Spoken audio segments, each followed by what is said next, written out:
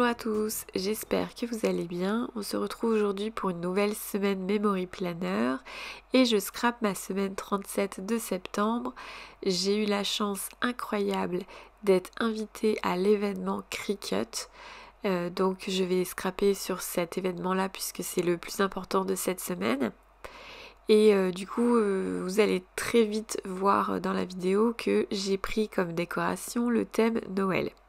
Alors c'était pas du tout mon premier thème puisqu'au début je voulais plus tourner par rapport à Cricut et le petit personnage Cutie, sauf que je trouvais que ça allait pas du tout, mais pas du tout avec les photos que j'avais prises. Mes photos, il y avait énormément de couleurs de Noël, c'est-à-dire du rouge, du doré, du noir, du brillant, enfin voilà. Et du coup, mettre le petit Cutie vert, je trouvais que ça allait pas du tout.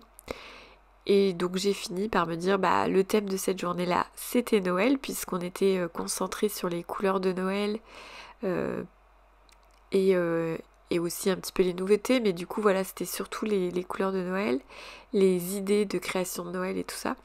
Et du coup bon bah clairement je me suis dit que par rapport à mes photos c'était le plus simple à faire et le plus évident aussi, le plus logique. Donc je me suis mise à scraper du Noël. Donc c'était pas pour me déplaire et donc j'ai utilisé ce papier carotté et c'était parfait puisque alors déjà j'en avais qu'un donc autant l'utiliser pour mon memory planner et en fait ce motif là se retrouve dans plusieurs de mes photos tout simplement parce que Cricut a un papier Invisible Ink sur ce motif là donc effet carotté, buffalo. Et donc voilà, je me suis dit que c'était parfait et que ce serait raccord avec mes photos. Donc forcément avec ce type de papier là, au niveau journalique, je ne peux pas faire comme d'habitude, mais je reviendrai plus tard dessus du coup sur la vidéo. Mais forcément voilà, je ne peux plus faire du papier transparent. Voilà, je vais être obligée de faire autrement.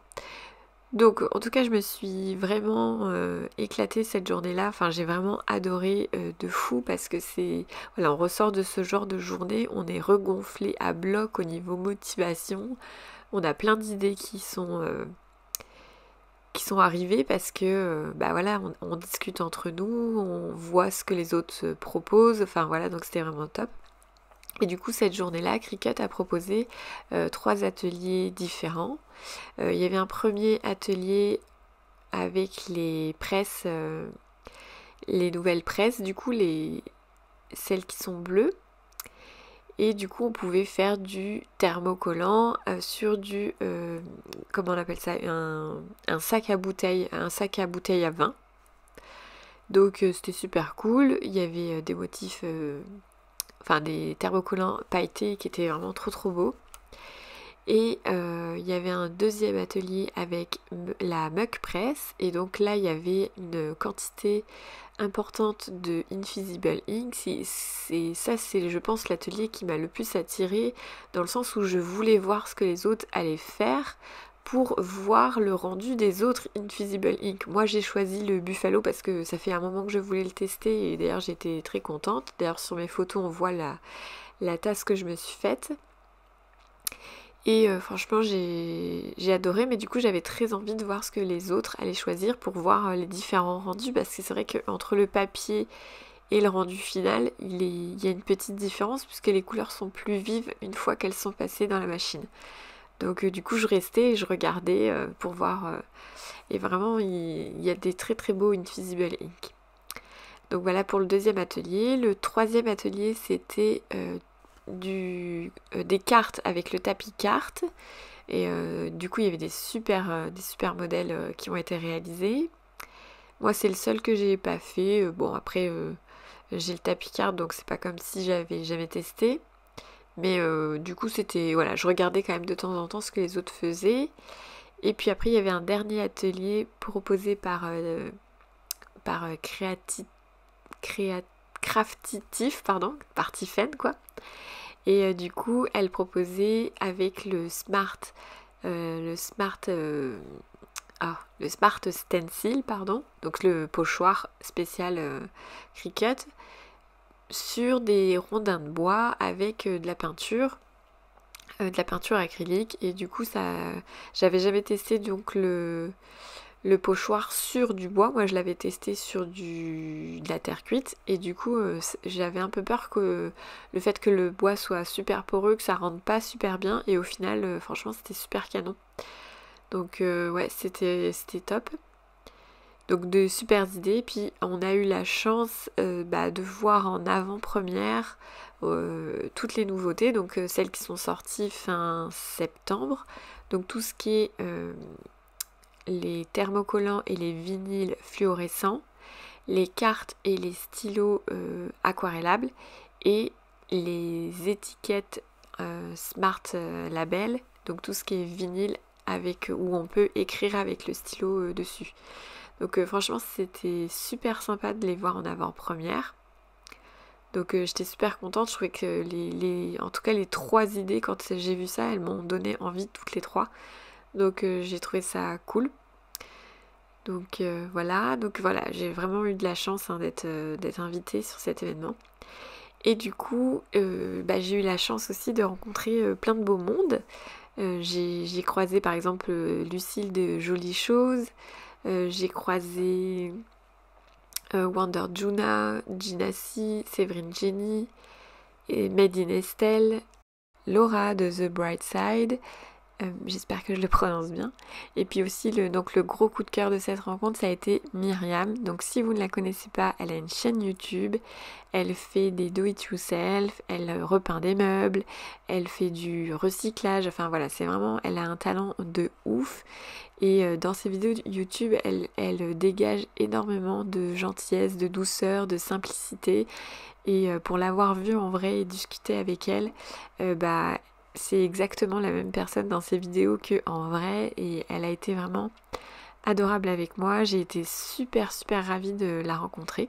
Je me coupe pour vous expliquer du coup au niveau journaling ce que j'ai fait. Donc en fait j'ai imprimé mon texte sur une feuille A4 blanche classique avec mon imprimante classique, et je suis venue détourer tous mes textes avec ma règle pour faire un effet déchiré.